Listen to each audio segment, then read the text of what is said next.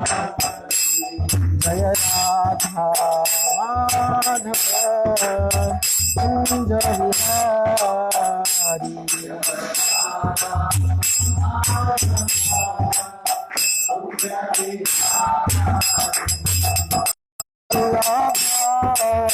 गिरिवरधारी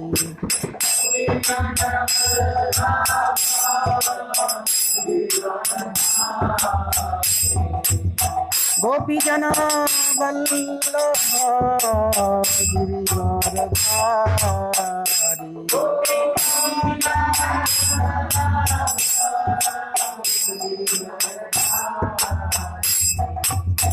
यशोदा नंदन जज जनरंजन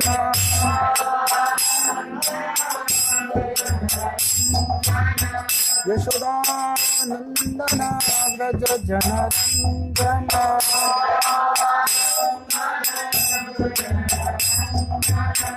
यमुना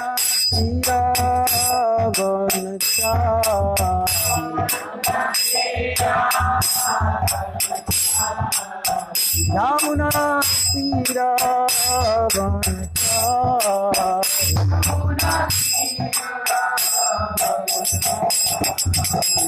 जय राधा माधव कुंज बिहारी।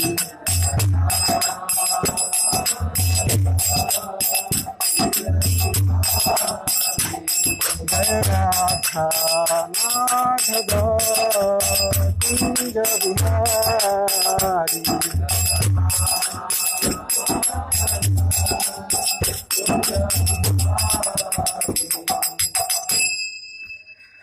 जय ओम विष्णुपाद परमहंस परिव्राजकाचार्य स्तोत्र सतः श्री श्रीमद् एसी भक्ति वेदांत स्वामी शिल प्रभुपाद की जय।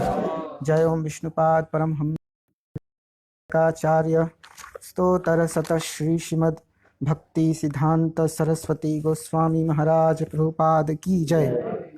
अनंत कोटि वैष्णव वृंद की जय। नामाचार्य श्री हरिदास ठाकुर की जय। श्रीमद् भागवतम की जय। निताय गौर प्रेमानंदे हरि। नमो विष्णुपादाय कृष्णपृष्ठाय भूतले श्रीमते भक्ति विकास स्वामिनिति नामिने। नमो विष्णुपादाय कृष्णपृष्ठाय भूतले श्रीमते भक्ति वेदांत स्वामिनिति नामिने। नमस्ते सारस्वते देवे गौरवाणी प्रचारिणे निर्विशेष शून्यवादी पश्चात देशतारिणे। ओम नमो भगवते वासुदेवाय। ओम नमो भगवते वासुदेवाय। ओम नमो भगवते वासुदेवाय। श्रीमद् भागवतम स्कंद 3 अध्याय 19 असुर हिरण्याक्ष का वध। श्लोक संख्या 37। यह वै हिरण्याक्षवधम महाद्भुतम विक्रीडितम कारण शूकर आत्मनः शृणोति गायति अनुमोदते अंजसा विमुच्यते ब्रह्मवधात् अपि द्विजाः। यो वै हिरण्याक्षवधं महाद्भुतं विक्रीडितं कारणशूकरात्मनः शृणोति गायत्यनुमोदतेऽञ्जसा विमुच्यते ब्रह्मवधादपि द्विजाः। यो वै हिरण्याक्षवधं महाद्भुतं विक्रीडितं कारणशूकरात्मनः शृणोति गायत्यनुमोदतेऽञ्जसा विमुच्यते ब्रह्मवधादपि द्विजाः।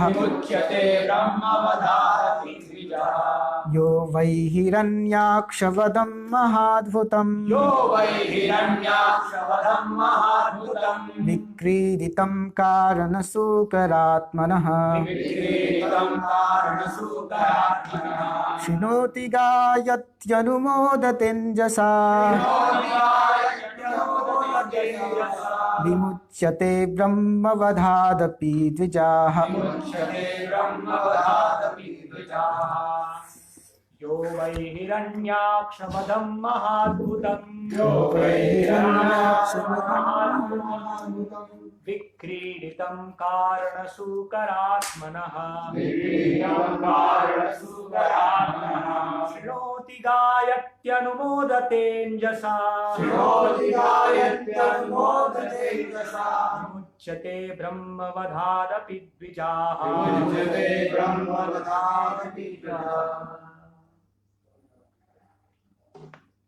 यो वै हिरण्याक्षवदं महाद्भुतम् यो वै हिरण्याक्षवदं महाद्भुतम् विक्रीडितं कारणसूकरात्मनः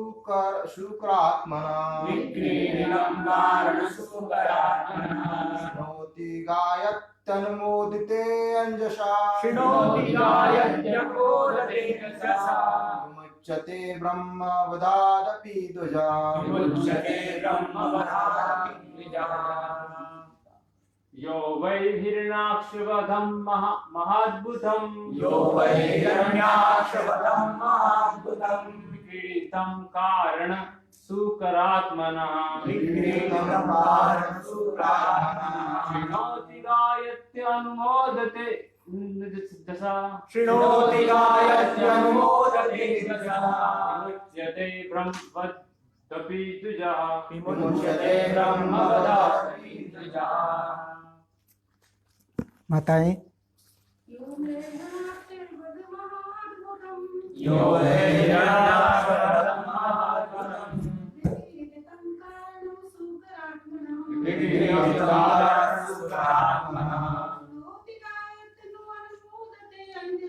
शृणोति गायत्यनुमोदतेञ्जसा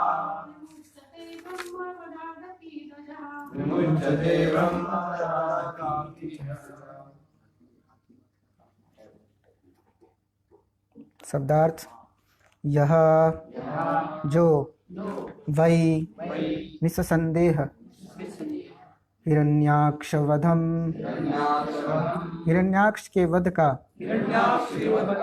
महाअद्भुतम अत्यंत विस्मयजनक विक्रीडितम लीला कारण समुद्र से पृथ्वी के उद्धार जैसे कारणों के लिए शुकर सुकर रूप में प्रकट होकर आत्मनः श्री भगवान का शृणोति सुनता है गायति जप करता है अनुमोदते आनंद लेता है अंजसा तुरंत विमुच्यते मुक्त हो जाता है ब्रह्मवधात ब्रह्म हत्या के पाप से अपि भी द्विजाः हे ब्राह्मणों। अनुवाद एवं तात्पर्य श्री श्रीमद् एसी भक्तिवेदांत स्वामी शिल प्रभुपाद द्वारा। अनुवाद। हे ब्राह्मणों, जगत के उद्धार हेतु आदि सुकर रूप में प्रकट होने वाले भगवान द्वारा हिरण्याक्ष वध के इस अद्भुत आख्यान को जो कोई सुनता है, गाता है या इसमें रस लेता है, वह ब्रह्म हत्या जैसे पापमय कर्मों के फल से भी तुरंत मुक्त हो जाता है। तात्पर्य। चूंकि श्री भगवान परम पद पर आसीन हैं, अतः उनकी लीलाओं तथा उनके व्यक्तित्व में कोई अंतर नहीं है। अतः जो भी भगवान की लीलाओं से अपना नाता जोड़ता है, वह भगवान से प्रत्यक्ष जुड़ता है, और जो इस प्रकार जुड़ जाता है, वह समस्त पापमय कर्मों से, यहाँ तक कि ब्रह्म हत्या जैसे पाप से भी मुक्त हो जाता है। यद्यपि इस संसार की सबसे अधिक पापमय कृत यद्यपि इसे संसार की सबसे अधिक पापमय कृत्य माना जाता है, मनुष्य को चाहिए कि शुद्ध भक्त जैसे अधिकृत स्रोत से भगवान के कार्यकलापों को सुनने के लिए उत्सुक रहे। यदि कोई भगवान के आख्यान का श्रवण मात्र करता है और भगवान के गुणों को स्वीकार करता है तो वह योग्य बन जाता है। मायावादी कभी भी भगवान के कृत्य को नहीं समझ सकते। वे उनके समस्त कार्यों को माया मानते हैं, इसलिए तो वे मायावादी कहलाते हैं। चूँकि उनके लिए हर वस्तु माया है, अतः ऐसे आख्यान उनके लिए नहीं है। कुछ निर्विशेषवादी श्रीमद् भागवतम को सुनना नहीं चाहते। यद्यपि उनमें से अनेक आर्थिक लाभ के लिए उसमें अब रुचि दिखाने लगे हैं, किंतु वास्तविक रूप में वे श्रद्धा नहीं रखते। उल्टे वे अपने ही ढंग से इसका वर्णन करते हैं। अतः हमें मायावादियों से इसको नहीं सुनना चाहिए। हमें तो सूत गोस्वामी या मैत्रेयी से सुनना चाहिए, जो आख्यानों को यावत रूप में प्रस्तुत करने वाले हैं। तभी हम भगवान की लीलाओं का रसास्वादन कर सकेंगे, अन्यथा नवदीक्षित श्रोताओं पर विस्तुल्य प्रभाव पड़ेगा। ओम अज्ञानतिमिरान्धस्य ज्ञानाञ्जनशलाकया चक्षुरुन्मीलितं येन तस्मै श्रीगुरवे नमः। वन्देऽहं श्रीगुरोः श्रीयुतपदकमलं श्रीगुरून् वैष्णवांश्च श्रीरूपं साग्रजातं सहगण रघुनाथान्वितं तं सजीवं साद्वैतं सावधूतं परिजनसहितं कृष्णचैतन्यदेवं श्रीराधाकृष्णपादान् सहगण ललिता श्रीविशाखान्वितांश्च। जय श्री कृष्ण चैतन्य प्रभु नित्यानंद श्री अद्वैत गदाधर श्रीवासादि गौर भक्तवृंद। हरे कृष्ण कृष्ण कृष्ण हरे हरे, हरे राम राम राम हरे हरे। हरे कृष्णा। तो इस अध्याय के पूर्ववर्ती श्लोकों में यह अध्याय मुख्यतः हिरण्याक्ष का वध हुआ इसके संदर्भ में है। तो इससे जितने भी पूर्ववर्ती श्लोक हैं सब में हमने देखा कि किस प्रकार से भगवान हिरण्याक्ष के साथ युद्ध करते हैं और अंततोगत्वा भगवान हिरण्याक्ष का वध करते हैं। तत्पश्चात जब हिरण्याक्ष का वध हुआ तो वहाँ पर उपस्थित सभी विशेषकर ब्रह्मा जी वर्णन करते हैं कि कैसे ये बहुत ही इसका दिव्य मृत्यु हुआ है वास्तव में, क्योंकि ये स्वयं भगवान के द्वारा मारा गया है। और इसका जो हिरण्याक्ष का पूर्व जन्म है वो वास्तव में स्वयं भगवान के पार्षद हैं, लेकिन कुछ कारणवश इसे यहाँ पे आना पड़ा था। तो अभी इस मृत्यु के उपरांत अभी कुछ अन्य जन्म और होंगे और उसके पश्चात ये पुनः भगवान के धाम चला जाएगा। फिर इस प्रकार से देवतागण भगवान की स्तुति करते हैं और इसके पश्चात भगवान अपने धाम लौट जाते हैं। फिर वहाँ पे उपस्थित जो ये वार्तालाप जो है श्रीमद् भागवतम, ये अलग अलग जो है श्रोतागण और वक्ताओं के द्वारा कहा जा रहा है। मुख्य रूप से सुखदेव गोस्वामी परीक्षित महाराज को बताए और सूत गोस्वामी सनक आदि ऋषिगण को बता रहे हैं। और यही वार्तालाप जो है मैत्रेय ऋषि विदुर जी को बता रहे हैं। तो पहले भी इससे वर्णन आया, पहले कुछ श्लोकों में, इससे कुछ ही श्लोक पहले मैत्रेय कहते हैं विदुर से, वास्तव में जो मैंने अपने पूर्ववर्ती आचार्यों से सुना है वही यावत यथारूप में आपको वर्णन कर रहा हूँ। और फिर यहाँ पे सूत गोस्वामी ये वर्णन, ये जो श्लोक है ये सूत गोस्वामी वर्णन कर रहे हैं सौनक आदि ऋषिगण को। ये बहुत उनको संबोधित करते हुए, हे ब्राह्मणों, जगत के उद्धार हेतु आदि सुकर रूप में प्रकट होने वाले भगवान द्वारा हिरण्याक्ष वध के इस अद्भुत आख्यान को जो कोई सुनता है, गाता है या इसमें रस लेता है, वो ब्रह्म हत्या जैसे पापमय कर्मों के फल से भी तुरंत मुक्त हो जाता है। तो भागवतम में वर्णन है, श्रोत्रव्यादि निराजेन्द्र निनाम संति सहस्त्रश अपश्यताम आत्मतत्यम गृहेषु गृह मेधिनाम। तो ऐसे बहुत सारे जो है आख्यान हैं भौतिक, जिसमें जिनकी ज्ञान अध्यात्म में इतने उन्नत नहीं है, या जो परम सत्य के विषय में नहीं जानते हैं, जो तल्लीन है भौतिकतावाद में, तो वो ऐसे भौतिक चीज़ों में हमेशा जो है कार्यकलाप में लगे रहते हैं और उनके लिए बहुत सारे आख्यान हैं। हम देखते हैं कितने विषय हैं ना, भौतिक विषय हैं, रसायन शास्त्र है, जीव शास्त्र है, जीव विज्ञान है, इस प्रकार से भौतिक शास्त्र है, भौतिक विज्ञान, और इसके अलावा भी बहुत सारे जो शास्त्र की भी बहुत सारे भाग हैं, उनको भी हम जो है भौतिक जो है आनंद के लिए ले सकते हैं, जैसे संगीत है या फिर अन्य बहुत सारे विषय हैं। और इसके अलावा भी प्रतिदिन लाखों लाखों न्यूज़पेपर, अखबार प्रकाशित होते हैं अलग अलग भाषाओं में, और बहुत सारे मैगजीन्स हैं, जो पत्रिकाएं हैं, छोटी छोटी पत्रिकाएं, और बहुत सारे ऐसे जो है दार्शनिक हैं जो नोवेल लिखते हैं। तो इतने सारे विषय हैं चर्चा करने के लिए। तो ये उन लोगों के लिए है जो नितांत भौतिकतावादी हैं, जिनकी रुचि भगवान में नहीं है, जिन्होंने भगवत साक्षात्कार नहीं किया है भगवान के विषय में श्रवण कर। तो फिर जो भगवान परम सत्य हैं उनके विषय में क्या कहा जाए। उनके विषय में तो हम कल्पना ही नहीं कर सकते हैं कि कितना विषय है बोलने के लिए और सुनने के लिए। अनादिकाल से भगवान के विस्तार अनंत, इन लीलाओं का गान करते आ रहे हैं, लेकिन अभी तक वो पूर्ण नहीं हुआ है।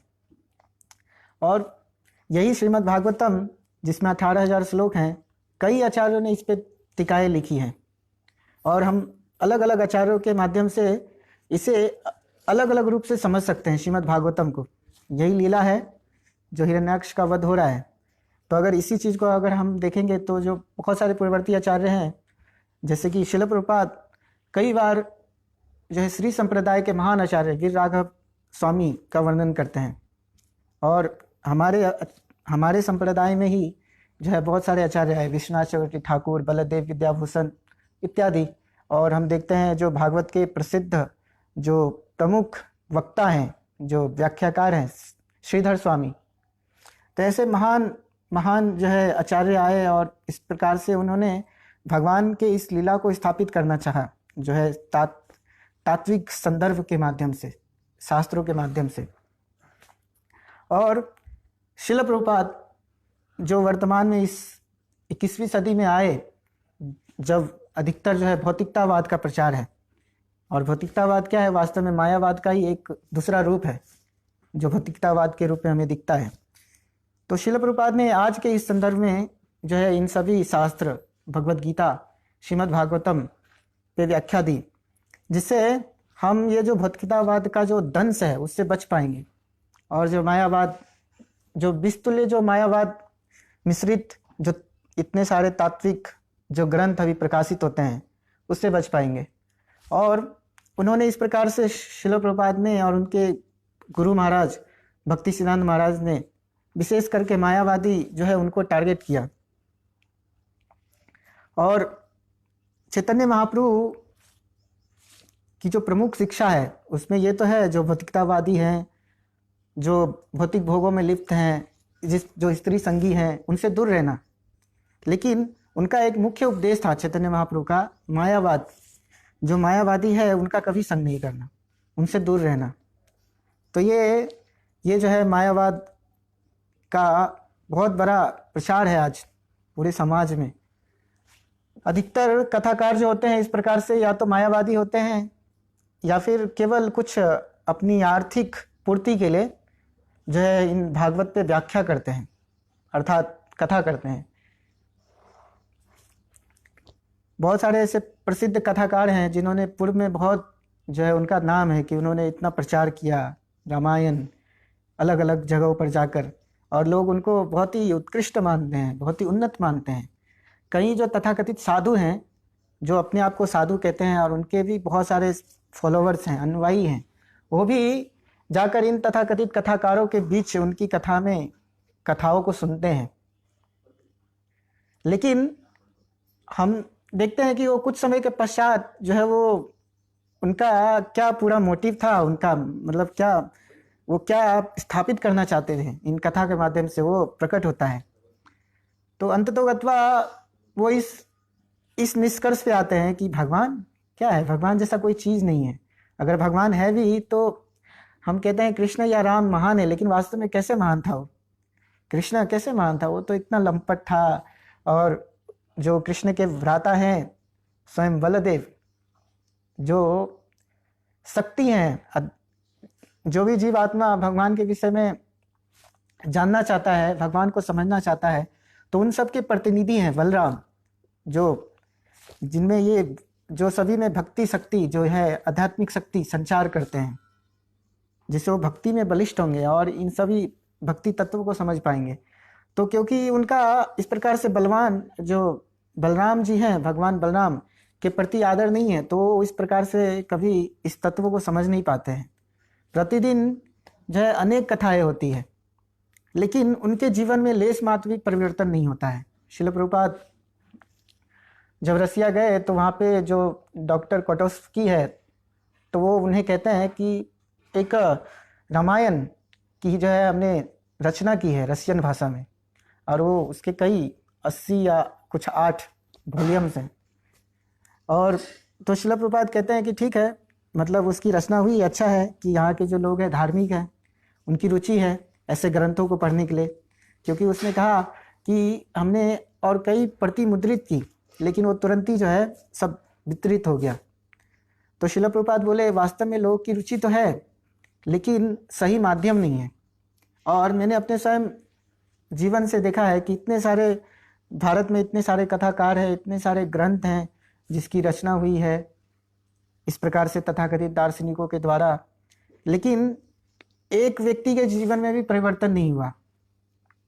क्यों? क्योंकि ये भगवान की जो कथा है उसको भी वो सामान्य जो एक स्त्री पुरुष के विषय में जो आदान प्रदान होता है उस प्रकार से व्यक्त करते हैं, जैसे कि कृष्ण बहुत ही आसक्त हो, या फिर कृष्ण इस प्रकार से लंपट हैं, और इस प्रकार से पूरे समाज में उसका प्रचार करते हैं। और उसका दुष्प्रभाव क्या होता है, जो लोग हैं जो ये श्रवण करते हैं वो भी अपने जीवन में प्रयास करते हैं वो करने का वो दर्शाना चाहते हैं कि मैं भी भोगता हूँ, और इसके कारण समाज में इतनी अव्यवस्थाएं फैलती है।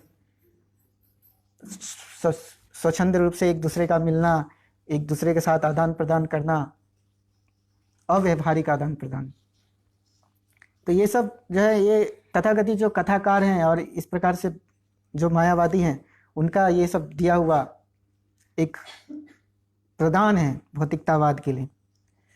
लेकिन यहाँ पे जो इतने श्रेष्ठ मुनि हैं सुत गोस्वामी, वो वर्णन कर रहे हैं कि वास्तव में ये तो हिरण्याक्ष का वध हुआ, लेकिन ये आख्यान सुनने मात्र से जो जिसने ब्रह्म हत्या किया है वो भी केवल ये सुनने मात्र से शुद्ध हो सकता है। तो भगवान की बहुत सारी लीलाएं हैं। कई बार जो भगवान है माधुर्य रस में आदान प्रदान करते हैं, कई बार वात्सल्य रस में, वीर्य रस में, साख्य रस में। तो ये भगवान, क्योंकि भगवान जो है रसागार हैं, सभी चीज़ों के, सभी रसों के आगार हैं, रसराज, तो उनके लिए वो सभी रस उसी प्रकार से समान हैं। हमारे लिए हम भेद कर सकते हैं कि ये जो रामायण है वो कितना करुण है, मतलब रामायण में जो भगवान का जो ये पूरा वर्णन है भगवान की लीलाओं का कितना करुण है। तो कई लोग कहते हैं कि ये रामायण तो इतना, उसमें भगवान का जो लीला चल रहा है इतना करुण है, तो किस प्रकार से मान लेते हैं। लेकिन श्रील प्रभुपाद एक तात्पर्य में लिखते हैं कि वास्तव में उसी मान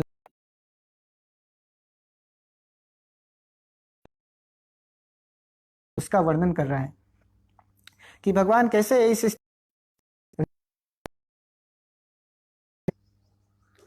और हम कृष्ण लीला में देखते हैं कि भगवान कैसे एक छोटे से बालक के रूप में अनेक असुरों का वध करते हैं। जब माँ के गोद में थे फिर भी उन्होंने असुरों का वध किया, और इस प्रकार से जब वो छोटे से बालक थे फिर भी असुरों का वध किया, जैसे बड़े हुए तो फिर असुरों का वध किया। तो ये सब लीलाओं को समझना केवल जो है हम ऐसे सामान्य बुद्धि से नहीं समझ सकते हैं। इसके लिए हमें आश्रय लेना होगा एक प्रामाणिक गुरु का, जो आचार्यगण हैं उनका आश्रय, तभी हम इन सभी लीलाओं को समझ सकते हैं। और जब हम इन लीलाओं को यथावत, जैसे यहाँ पे वर्णन किया गया है, यावत समझेंगे तभी हमें उसमें आनंद आएगा, अन्यथा हम दिग्भ्रमित हो सकते हैं। कुछ समय जब हम नहीं आनंद आ रहा है, ओ ये कितना अच्छा है ना, कितना भगवान इतना मधुर लीला कर रहे हैं, लेकिन वो फिर धीरे धीरे वो सहजिया वृत्ति हो जाएगी और फिर हम इस प्रकार से उन सभी लीलाओं से दिग्भ्रमित हो सकते हैं। और इस प्रकार से पहले सहज वृत्ति आएगी, पहले सहजिया बनेंगे, और इस प्रकार से जब वो होगा तो फिर अगला जो क्रम है वो होगा भौतिकतावाद, और इस प्रकार से फिर हम उसी भौतिक जीवन में लिप्त हो जाएंगे। और श्रील प्रभुपाद ऐसे कई उदाहरण देते हैं कि कई ऐसे मतलब जो साधु हैं जो अपने आप को स्वयं घोषित बाबा जी कहते हैं या परमहंस कहते हैं, लेकिन अंततोगत्वा उनकी रुचि किस में होती है? केवल स्त्री और धन में होती है, और उनका जीवन फिर से जो है भौतिकतावाद में लिप्त हो जाता है। और इस प्रकार से वो जो भक्ति मार्ग में आए हैं पद भ्रष्ट हो जाते हैं। तो ये संभावना हमेशा बनी रहेगी जब तक हम प्रामाणिक स्रोत से श्रवण नहीं करेंगे, और प्रामाणिक स्रोत से श्रवण करने के उपरांत भी जब तक हम यथारूप उस पर विचार नहीं करेंगे और उसका पालन नहीं करेंगे।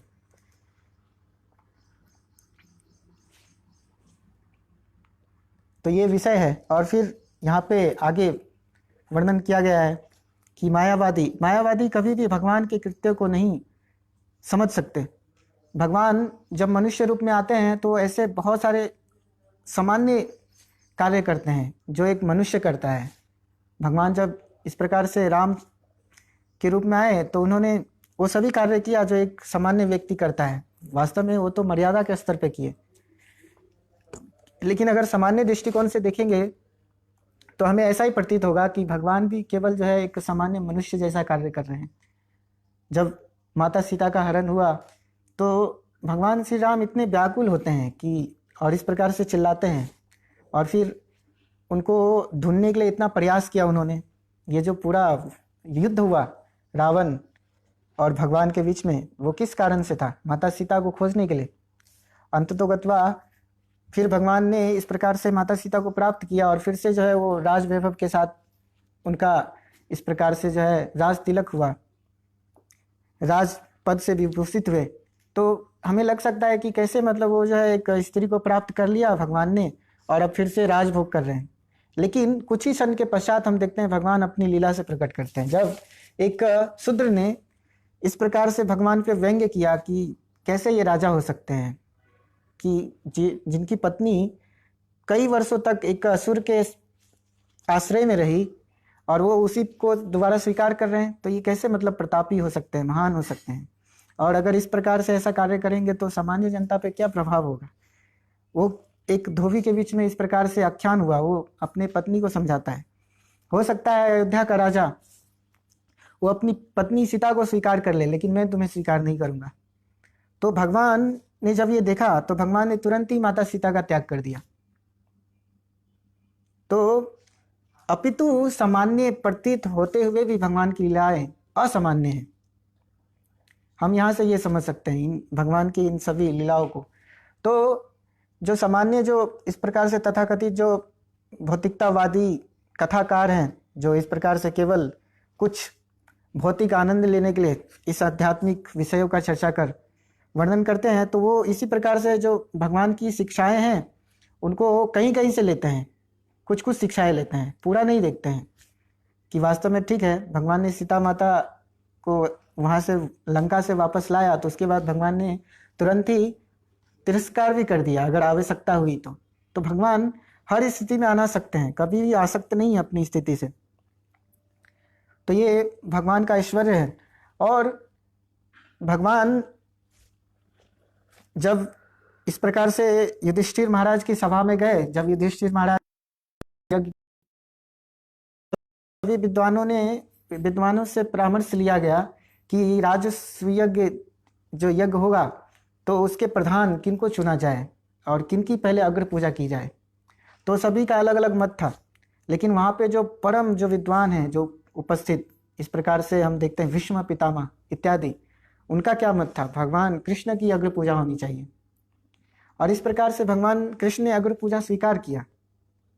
लेकिन हम वहीं पे देखते हैं जब वो सभी अतिथि जब आए तो भगवान ने पहले सभी का पाद प्रक्षालन किया, भगवान ने स्वयं अपने हस्तों से, अपने हाथों से। तो ये भगवान की लीलाएं हैं। भगवान हर स्थिति में संतुष्ट हैं। वो हर स्थिति जो भगवान प्रकट करते हैं केवल अपने भक्तों के साथ आदान प्रदान करने के लिए। तो ये भगवान की स्थिति है। और लेकिन फिर भी क्योंकि भगवान मनुष्य रूप में आते हैं तो ये जो मायावादी हैं वो कहते हैं कि भगवान तो अजन्मा है तो कैसे जन्म ले सकते हैं। लेकिन भगवान जन्म लेते हुए भी उनके कार्य जो है इस प्रकार से असामान्य होती है। और ये भगवान भगवत गीता में स्वयं इसकी पुष्टि करते हैं।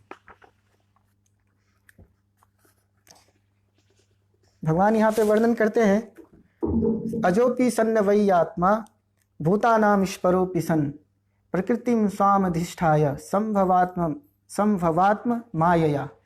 यद्यपि मैं अजन्मा तथा अविनाशी हूँ और यद्यपि मैं समस्त जीवों का स्वामी हूँ, तो भी प्रत्येक युग में अपने आदि दिव्य रूप में प्रकट होता हूँ।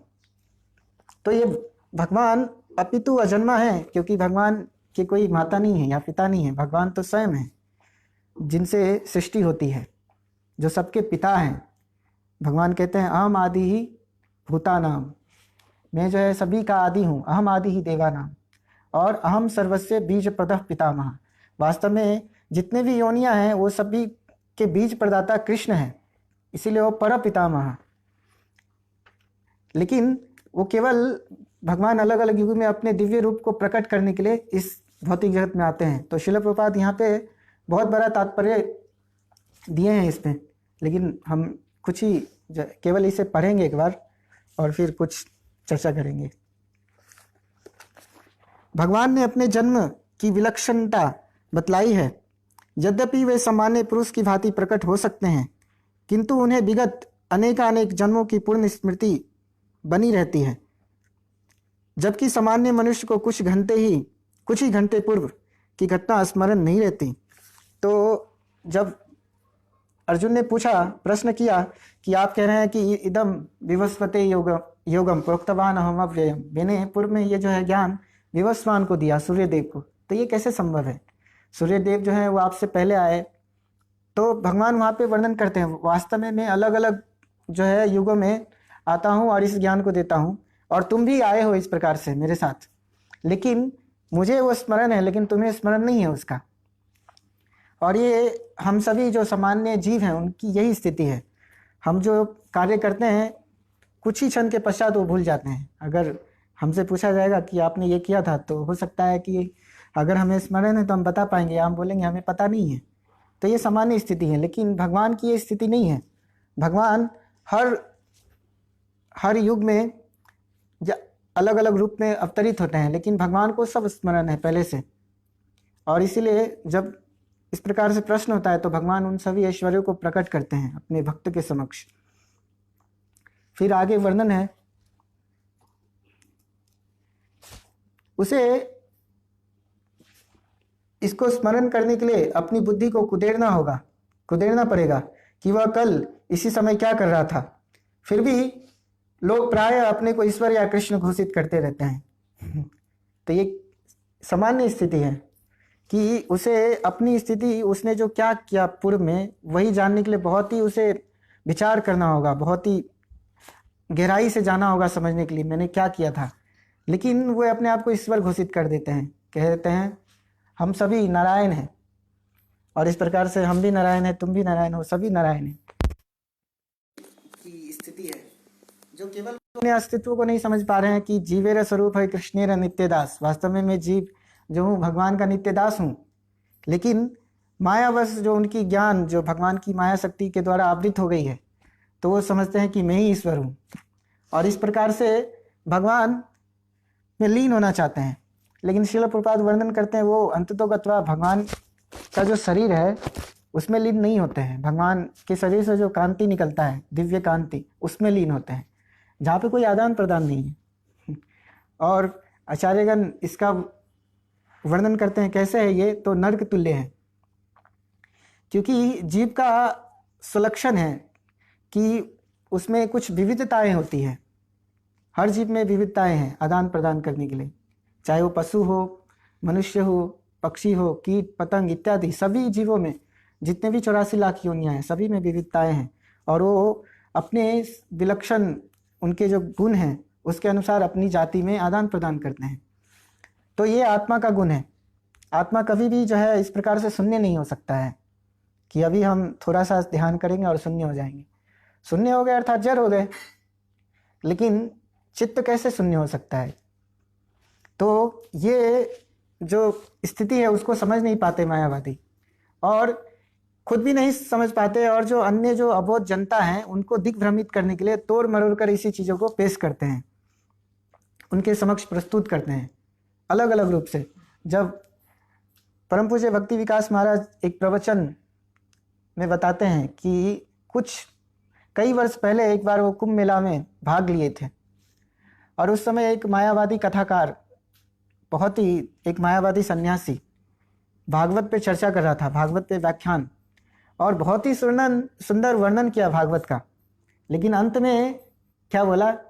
कृष्ण जैसा कोई व्यक्ति नहीं, कृष्ण भगवान नहीं है, कृष्ण जैसा कोई व्यक्ति नहीं, क्योंकि भगवान जो है मनुष्य शरीर नहीं लेता है। तो ये स्थिति अब जानन्ति माम मूढ़ा, जो इस प्रकार से भगवान की स्थिति को नहीं जानते हैं तो भगवान की स्थिति के विषय में अलग अलग कल्पना करते हैं। भगवान जो भौतिकतावादी हैं, जिनकी कुछ श्रद्धा है कर्मकांड में इत्यादि में, वो अगर सुनते हैं तो उनकी कुछ श्रद्धा होती है कि हाँ ठीक है भगवान है, लेकिन कैसे? इस प्रकार से कि भगवान शक्तिशाली हैं, महान है। और जो इस प्रकार से जो मायावादी हैं वो स्वीकार करते हैं कि भगवान जो है वो परम सत्य है, निराकार है। लेकिन इन दोनों का जो समझ है वो पूर्ण नहीं है, क्योंकि अंततोगत्वा अगर भगवान निराकार है तो हम किसके साथ आदान प्रदान करेंगे? और सिर्फ भगवान परम शक्तिमान है, महान है, लेकिन वास्तव में अगर वो परम शक्तिमान है या महान है तो फिर उनकी वास्तविक कीर्ति क्या है हमको कैसे जानना चाहिए? वो नहीं जानते। और इसीलिए जब कोई दूसरा व्यक्ति, सामान्य व्यक्ति भी अगर कुछ चमत्कार करता है तो उसको भी भगवान स्वीकार कर लेते हैं। क्यों? क्योंकि उन्होंने कभी शास्त्रों से जाना नहीं कि भगवान की महानता क्या है। वास्तव में भगवान हम जब कह रहे हैं महान, तो क्या महानता है उनकी? और श्रील प्रभुपाद कई बार अपने प्रवचनों में ये दृष्टांत देते हैं कि वास्तव में क्रिश्चियन, ये जो पूरा समुदाय है, उनका भी मानना है गॉड इज़ ग्रेट, भगवान बहुत महान है, लेकिन वो नहीं जानते भगवान कितने महान है। और इसीलिए जब द्वितीय विश्व युद्ध हुआ तो कई इस प्रकार से जो पूरा का पूरा जो क्रिश्चियन समुदाय था वो नास्तिक हो गया अधिकतर।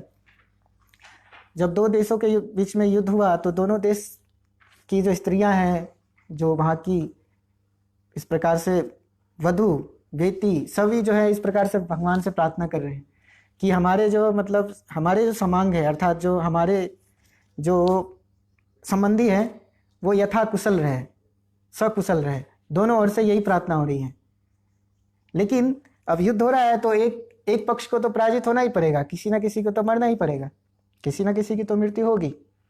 तो क्या हुआ, जब इस प्रकार से बहुत सारे लोग मारे गए उस युद्ध में, तो अंततोगत्वा उन लोगों ने अपनी बुद्धि से क्या निष्कर्ष निकाला कि भगवान कोई नहीं है। और उस समय जो कम्युनिस्ट हैं उनका बहुत आधिपत्य था, तो कम्युनिस्ट आए और इस प्रकार से उनको प्रचार किया, दुष्प्रचार, कि देखो अगर तुम्हारे वास्तव में भगवान होते तो तुम्हारे मित्रों, तुम्हारे संबंधी, तुम्हारे पति, तुम्हारे पुत्र के साथ ऐसा होता, ऐसा कृत्य होता, भगवान उनको बचा लेते ना।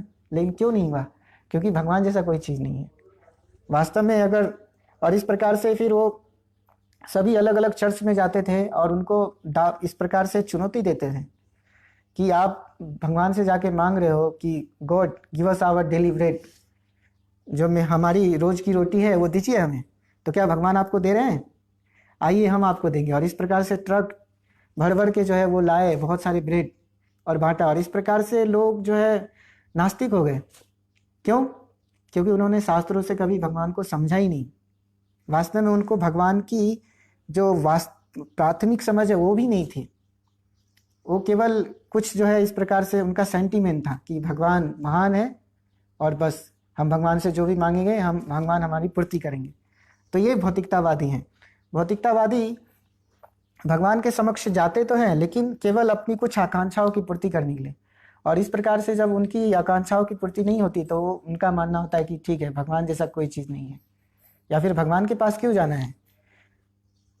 अगर आपको नौकरी चाहिए तो पढ़ाई करो ना, अच्छा से पढ़ाई करो, नौकरी करना है तो। इसके लिए क्या आप भगवान के पास जाओगे और भगवान आपको एक अच्छा पद दे देंगे क्या? आप भगवान के पास जाने से IAS बन जाओगे क्या? इंजीनियर बन जाओगे? डॉक्टर बन जाओगे? नहीं बन सकते ना। तो ये भौतिकतावादी हैं जो भगवान की महिमा को जानते ही नहीं, वास्तव में भगवान क्या देना चाहते हैं। भगवान कभी भी प्रेयस जो वस्तु है वो नहीं देते हैं अपने भक्तों को। जो श्रेय है वो देते हैं। अर्थात आध्यात्मिक जीवन में कैसे उन्नति होगा, कैसे जीवात्मा इस भौतिक जगत जन्म मृत्यु जरा व्याधि दुख दोषानुदर्शनम, ये जो दुखालयम, ये जो भौतिक जगत है इससे मुक्त होगा। तो ये भगवान देते हैं, भगवान। लेकिन जो भगवान के ही जो सकाम भक्त हैं, देवतागण, जो इस प्रकार से भगवान की आराधना करने से कुछ शक्ति प्राप्त करते हैं भगवान से, और जिनका अलग अलग देवताओं का एक आधिपत्य है, वो अलग क्षेत्र के अधिपति हैं, जैसे वायुदेव हैं, वरुण देव हैं, सूर्य देव, तो उनका एक अधिपति है, उनका एक आधिपत्य है जहाँ पे उनका ही अधिपति है। तो वे अपने अधिपति से, अपने आधिपत्य से कुछ दे सकते हैं अपने उपासक को, लेकिन वो उनके उपासक को श्रेय प्रदान नहीं करेगा, उनको फिर से इस भौतिक जगत में आना पड़ेगा। लेकिन क्योंकि जो भौतिकतावादी हैं उनकी रुचि नहीं है इन जो आध्यात्मिक चीज़ों को जानने में, परम सत्य के विषय में, इसलिए वो केवल कुछ जो भौतिक चीज़ें हैं उससे आकर्षित हो जाते हैं और परम सत्य के विषय में चर्चा नहीं करते, उनके विषय में चर्चा नहीं करना चाहते। लेकिन अगर हम यथारूप से अगर उन लोगों के समक्ष इन चीज़ों का अगर प्रचार करेंगे गहराई से, वैज्ञानिक विधि के अनुसार, तो कई लोगों के जीवन में परिवर्तन हो सकता है, कई लोग इसको स्वीकार करेंगे। क्योंकि एक तो उनकी रुचि नहीं है, क्योंकि वो इतने तल्लीन है भौतिक चीज़ों में। दूसरा, जो तथाकथित जो इस प्रकार से इन आध्यात्मिक ज्ञान को देने वाले आध्यात्मिक नेता हैं, तथाकथित नेता, वो भी उनको दिग्भ्रमित करते हैं कि वास्तव में उसकी क्या आवश्यकता है, अभी इसकी आवश्यकता है, अभी तो हमें टेक्नोलॉजी जो उसकी आवश्यकता है, अभी हमें इंडस्ट्रीज, उद्योग की आवश्यकता है, तो आप इस पे ज़्यादा ध्यान दो, और ये जितना हो सके उतना ठीक है। कभी कभी मंदिर गए और इस प्रकार से कभी भगवान को कुछ अर्पण किया, बस इतना, ये इतना संबंध रखो। और कई जो पुण्यशाली हैं, हम देखते हैं कि अगर उनके बीच हम इसी चीज़ का अगर यथारूप प्रचार करेंगे तो उससे परिवर्तन होगा। और श्रील प्रभुपाद के जीवन से हम ये देखते हैं कि पाश्चात्य जगत जहाँ पे नितांत रूप से लोग इस भौतिक भोगों में आसक्त हैं, लगे हुए हैं, और वहाँ पे बहुत ही प्रगाढ़ मात्रा में जो है इनकी उपलब्धता भी है।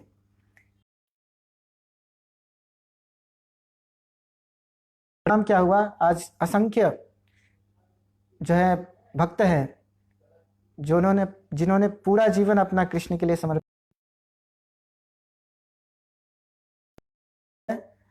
बैकग्राउंड भी नहीं है उनका, मतलब कल्चरल बैकग्राउंड भी नहीं था ये सब चीज़ करना, उन चीज़ों को अपना रहे हैं वो। तो ये है, तो भागवत में बताया गया है, जो शृण्वताम स्व कथा कृष्ण पुण्य श्रवण कीर्तन हृदयंतोस्तव वज्रानी विदुनोति सुहित सताम। जो भगवान की कथा है, अगर हम प्रतिदिन अगर इस प्रकार से भगवान की दिव्य कथाओं का श्रवण करते हैं, काम, क्रोध, लोभ, मद, मत्सर्य जो अभद्र हैं धीरे धीरे विनष्ट हो जाते हैं। और इसी का फल है जो आज हम देखते हैं, इतने सारे भक्त हैं जो अलग अलग देशों से हैं, अलग अलग जाति से हैं, और सभी एक साथ आकर भगवान का गुणगान करते हैं। तो ये भगवान की शक्ति से संभव हुआ है, ये जो हरि नाम है इससे संभव हुआ। तो श्रील प्रभुपाद वर्णन करते हैं एक तात्पर्य में कि मायावादी जो है इस प्रकार से कई जो है प्रयास करते हैं, मायावादी जो है भगवान की निराकार, जो भगवान का निराकार जो ज्योति है उसमें लीन होना, लेकिन फिर भी उनको वो आनंद नहीं मिलता। और जो योगीगण हैं सालों सालों तक तपस्या करते हैं परमात्मा का दर्शन करने के लिए, लेकिन एक भक्त है वो केवल इस प्रकार से भगवान नाम का जो मतलब अभी बहुत ही नवागंतुक है, वो भी अगर भगवान नाम का जप करता है तो उसको वो आनंद मिल सकता है जो एक ज्ञानी या फिर एक योगी को नहीं मिला हो। और इसका वर्णन चैतन्य चरितामृत में आता है, जो जन्मे जन्मे ब्रह्म ज्ञाने जई मुक्ति नहीं, जई जपे नाम भासे सही मुक्ति हो। केवल कोई अगर नाम भास के स्तर पे भी है, अगर वो इस प्रकार से नाम उच्चारण कर रहा है भगवान के इन दिव्य नामों का, तो उनको वो लक्ष्य प्राप्त हो सकता है जो जन्म जन्म ज्ञान के द्वारा प्राप्त नहीं कर सकते हम। जो परमात्मा के विषय में ज्ञान है या ब्रह्म के विषय में ज्ञान है उससे प्राप्त नहीं कर सकते। तो ये भक्तों की ये जो है वास्तविक स्थिति है जिस पे हमें प्राप्त करना चाहिए, जिस स्थिति को। फिर यहाँ पे वर्णन है, हमें तो सुत गोस्वामी या मैत्रेय से सुनना चाहिए जो आख्यानों को यावत रूप में प्रस्तुत करने वाले हैं। तो ये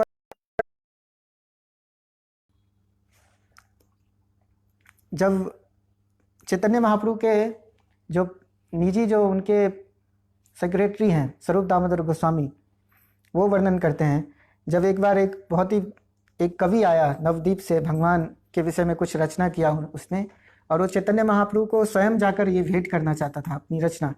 तो पहले ये नियम था कि जो भी कुछ लेकर आएंगे रचना, जो भी करेंगे भगवान का गान करने के लिए, तो पहले स्वरूप दामोदर गोस्वामी जो है उसे पढ़ेंगे, वो देखेंगे कि वो तात्विक रूप से सही है कि नहीं, फिर ही भगवान के सामने जाएंगे। क्योंकि भगवान चैतन्य महाप्रभु को मायावाद का लेस मात्र भी पसंद नहीं था।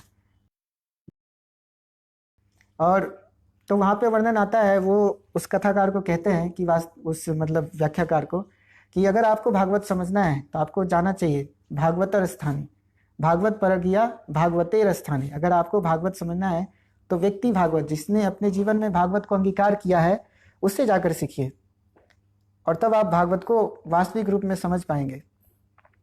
फिर पद्म पुराण में वर्णन है, अवैष्णव मुखोद्गीर्णम पूत कथा हरि अमृतम श्रवणम नैव कर्तव्यम सर्पोचिष्ट यथापयः, कि दूध अमृत है, लेकिन अगर जैसे कि एक विषैला सर्प ने उसे जूठा कर दिया है तो वो पीने से मृत्यु हो सकती है।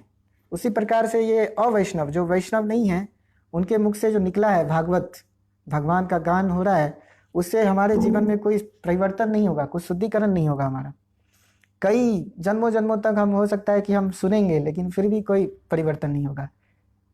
और भी कई वर्णन है कि वहाँ पे वर्णन है मायावादी, चैतन्य महाप्रभु कहते हैं क्यों मायावादी का संग नहीं करना है, क्यों, ये इतना मतलब हानिकारक क्या है इसमें। तो वहाँ पे चैतन्य महाप्रभु कहते हैं मायावादी जो भाष्य है वो सुनने से सर्वनाश हो जाता है। अर्थात हमारा जो भक्ति है, जो भक्ति रूपी जो बीज लता है, वो मायावादी सुनने से नष्ट हो जाता है, मायावादी भाष्य सुनने से। और इस प्रकार से हम भक्ति में उन्नत नहीं हो सकते हैं। जड़ क्या है? द्वेष, भगवान से द्वेष करना। तो जैसे ही एक व्यक्ति जीवात्मा द्वेष करता है भगवान से, तो इस भौतिक जगत में आता है। तो इस भौतिक जगत में आने के पश्चात भी अगर वो भगवान से द्वेष बनाए रखेगा तो कैसे वो अपनी स्थिति से मुक्त हो पाएगा? तो ये संभव नहीं है। और दूसरा ये कि जो भी हमने अब सुना है, हम हो सकता है प्रामाणिक आचार्यों से हमने श्रवण किया है और सुन रहे हैं, लेकिन अगर थोड़ा सा भी अगर हमने मायावादी भाष्य सुना है तो धीरे धीरे वो हमारे हृदय को भेदता है वो, और उसको दूषित करता है, कलुषित करता है। तो इसीलिए हमें एक क्षण भी जो है मायावादी और इस प्रकार से जो भौतिकतावादी है उनसे श्रवण नहीं करना चाहिए। और जब हम इस प्रकार से, जैसे कि पूर्व में विदुर, मैत्रेय ने वर्णन किया विदुर को, मैत्रेय ऋषि ने, कि वास्तव में देखिए मैंने जो आपको वर्णन किया, ये मैंने जो पूर्व में अपने गुरु से सुना है वही मैंने आपको बताया यथारूप। तो जब हम इस प्रकार के जो अनुगामी हैं शास्त्रों के आचार्यगण जो यथारूप से वर्णन करते हैं, उनसे जब श्रवण करेंगे तब हमारे जीवन में परिवर्तन होगा आध्यात्मिक, और तभी हमारे जीवन में आध्यात्मिक क्रांति आएगी, जिसके द्वारा हम इस भौतिक जगत से मुक्त हो पाएंगे। और एक गंभीर शिष्य, उसका ये कर्तव्य भी है कि पहले वो तो गंभीरतापूर्वक जो है एक आश्रय ग्रहण करे, उनकी सेवा करे, उनसे श्रवण करे, और उसके पश्चात यथारूप जो उसने अपने गुरु से सुना है उसी का प्रचार करे। तो जब हम इस प्रकार से श्रवण करेंगे और उसी का यथारूप कीर्तन करेंगे तो हमारे जीवन में परिवर्तन होगा। इसलिए वर्णन आता है कि श्रवण प्रभावे कीर्तन स्वभावे। जब हम वास्तविक रूप से ठीक श्रवण करेंगे तो स्वाभाविक होगा कि हम ठीक जो है कीर्तन कर पाएंगे। श्रील प्रभुपाद ये स्वयं अपने जीवन से इसका उदाहरण देते हैं। श्रील प्रभुपाद ने कहा कि वास्तव में मैंने अपने गुरु महाराज से ठीक श्रवण किया है, इसलिए आज मैं इतना मुझे अवसर मिला है कि मैं ठीक से उसका प्रचार कर पा रहा हूँ। तो ये स्थिति है भक्तों की, जो उन्हें ठीक से श्रवण करना चाहिए आचार्यगण से, और जो बता रहे हैं उसका यथारूप प्रचार करना चाहिए। तभी जो है हम भगवान की लीलाओं का रसास्वादन कर सकेंगे। अन्यथा जो है इस प्रकार से जो भौतिकतावाद और जो मायावाद जो विषतुल्य है, विषतुल्य प्रभाव है, उससे हम प्रभावित होंगे और इस प्रकार धीरे धीरे हम इस भक्तिमय मार्ग से दिग्भ्रमित हो जाएंगे। तो पहले हमारा कर्तव्य है कि हम स्वयं का अपना जीवन सार्थक करें और फिर जाकर प्रचार करें इसका। क्योंकि बहुत सारे ऐसे लोग हैं, हो सकता है कि वो भगवान से द्वेष नहीं करते हो, लेकिन उनको ये ज्ञान ही नहीं है कि भगवान तक कैसे पहुंचा जाए, कैसे भगवान को समझा जाए। तो अगर हमने पहले इसका अच्छा से श्रवण किया है तभी हम उन लोगों को जाकर बता पाएंगे, उनको इस प्रकार से समझा पाएंगे और उनको इस प्रकार से हम तैयार कर पाएंगे कि हाँ कृष्ण ही भगवान है और हम जीव की स्थिति क्या है, कृष्ण की सेवा करना। तो ये पूरा विषय है, तो हमें इसे समझना चाहिए और अपने जीवन में अंगीकार करना चाहिए। हरे कृष्णा। अगर कोई प्रश्न है या टिप्पणी तो कर सकते हैं अभी। कोई सुझाव?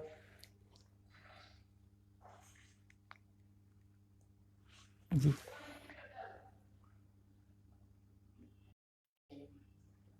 श्लोक के अनुवाद में लिखा है कि ये ब्रह्म हत्या जी। करते हैं, ये कथा।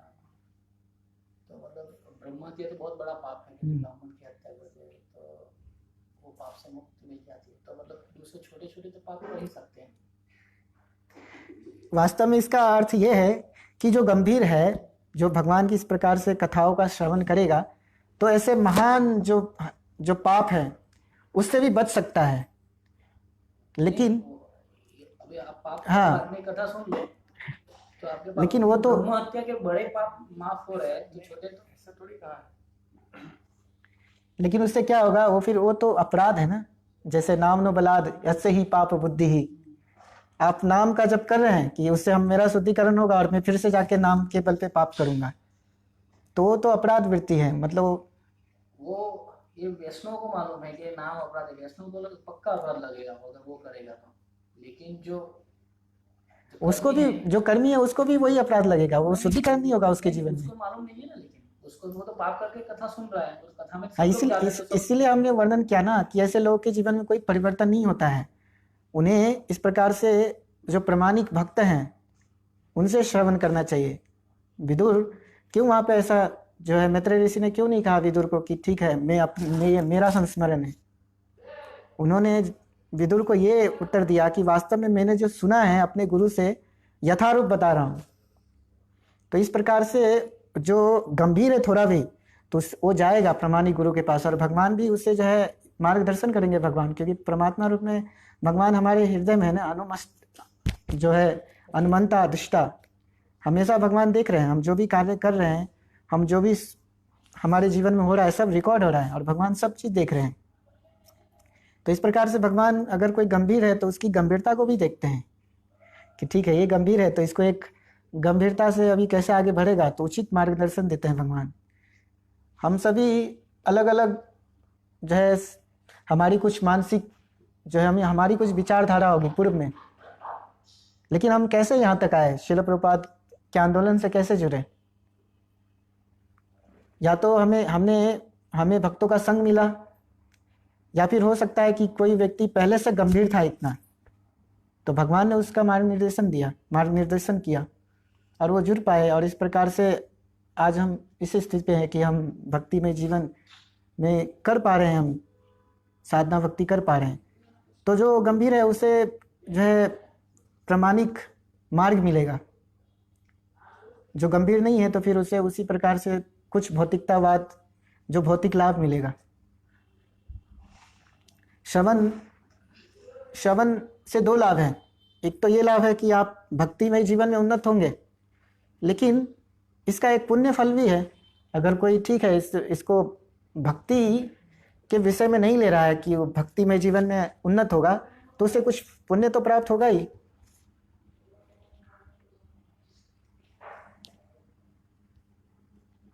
इसमें एक पॉइंट है, यहाँ ट्रांसलेशन में लिखा है एनीवन हु हियर्स थैंक्स और टेक्स प्लेजर। हाँ, जो रस लेता है। हाँ, जो रस लेगा, पास टाइम जो लीला है भगवान की लीला में लोग आस्वादन कर रहा है, तो ही सिंपल एक्टिविटी तो नेचुरल है ना, वो सिंपल एक्टिविटीज को अट्रैक्ट नहीं होगा। यहाँ एक जैसे ये बोल रहे हैं कि ना ये पाप करेंगे और फिर ये सुनेंगे, वो इसमें प्लेजर नहीं ले रहा है, लेजर ले नहीं पाएगा। जो जड़ रस से आसक्त हैं वो कभी ये रस को समझ नहीं पाएंगे। विषया छाड़िया कब शुद्ध भवे मन तबे हम हेरी गोष्ठ वृंदावन। जैसे औपचारिक रूप से को बैठ सकते हैं, अरे आप मिट जाएंगे, मैं पापत नहीं करता, लेकिन रस नहीं ले पाए। बहुत यही सोचते कब क्लास खत्म होगी, 7 दिन के बाद फल मिलने वाला है, तो कभी इसमें आनंद ले ही नहीं पाए, ये रस को समझ नहीं पाए। तो तो बीमारी नहीं जाती है, स्वस्थ एक्टिविटी दिखेगी कहाँ से? नहीं, इफेक्ट तो होगा उसके ऊपर, इफेक्ट होगा। मेडिसिन की तरह काम तो करेगा आपका ना। प्रश्न क्या था? प्रश्न ये था कि ब्रह्म हत्या भी जो पाप है उससे मुक्त हो जाता है आदमी, तो मतलब छोटे छोटे पाप से तो उनके कोई इफेक्ट नहीं होता, ऐसे ही मुक्त हो जाता है, लेकिन ऐसा मतलब नहीं है कि आप पाप करो और ये भी करो, ऐसा साथ साथ लेकिन वो नहीं। बाहर के लोग नहीं समझेंगे ना पूजा, आपको बता सही बोल रहे हैं। हाँ, तो बाहर लोग मुक्त भी नहीं होंगे ना ऐसे, वो कितना भी बहु जन्म यदि करे श्रवण कीर्तन तो भी तो तब मुक्त भाई थोड़ी कृष्ण होगा। प्रेम।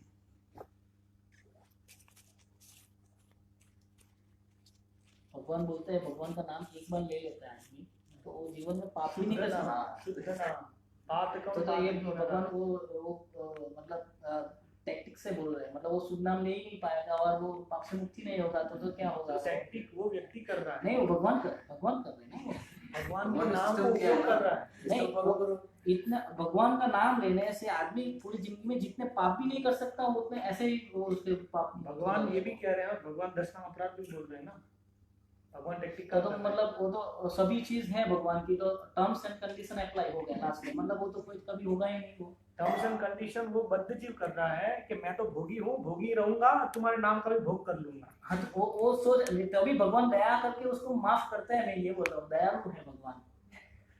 आप जो पॉइंट बोल रहे हैं कि उसको तो कभी मिलेगा ही नहीं। ये मेरा प्रश्न है कि वो व्यक्ति बद्ध जीव हो, वो इतना टर्म्स एंड कंडीशन में कि वो भगवान की दया दया दया ही को पकड़ लेता है।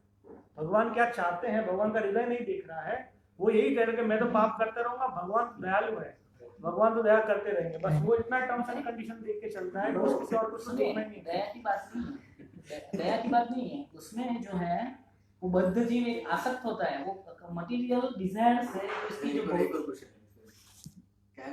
तो बात तो क्लियर नहीं है, भौतिक इच्छा जो खींच रहा है वो करते हैं ना। गणेश जी की पूजा पहले करनी है क्या? हाँ, गणेश जी की पूजा पहले करनी है क्या? किस लिए? वास्तव में जो हमें तो सर्वप्रथम भगवान कृष्ण की पूजा करनी है। जो भौतिकतावादी है, जो इस प्रकार से देवी देवताओं की पूजा करते हैं, वो गणेश जी की पूजा करते हैं पहले विघ्न विनाशन, मतलब भौतिक विघ्नों का विनाश करने के लिए। लेकिन उनको जो ये वर मिला है गणेश जी को इन भौतिक विघ्नों का विनाश करने के लिए, वो भगवान नृसिंह की कृपा से मिला है, नृसिंह देव की कृपा से। तो अगर हम नृसिंह देव की इस प्रकार से आराधना करेंगे, उनकी पूजा करेंगे, तो हम सभी विघ्नों से जो है ऊपर उठ सकते हैं, तो हमारे सभी विघ्नों का विनाश हो जाएगा।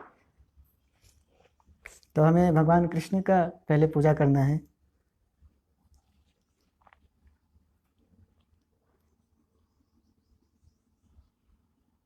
भक्ति में जो विघ्न है उनका विनाश होता है। हाँ, मतलब भक्ति में आने वाले सभी विघ्नों का, और तो भक्ति में तो बहुत सारे विघ्न आएंगे मानसिक। तो इसका मतलब भगवान गणेश जी का आशीर्वाद लेना पड़ेगा। हाँ, भगवान गणेश जी का नहीं, आशीर्वाद लेना पड़ेगा किसी भक्ति भक्तों को भक्ति के लिए गणेश जी का मतलब इस प्रकार से स्पेशल उनको प्रार्थना करने की आवश्यकता नहीं है। अगर कोई इस प्रकार से भगवान का भक्त है तो सभी देवी देवताओं का आशीर्वाद उन्हें पहले से प्राप्त होता है। वो उनके भक्ति में जीवन में कोई किसी भी प्रकार का बाधा उत्पन्न नहीं करते, क्योंकि वो सभी भगवान के भक्त हैं ना।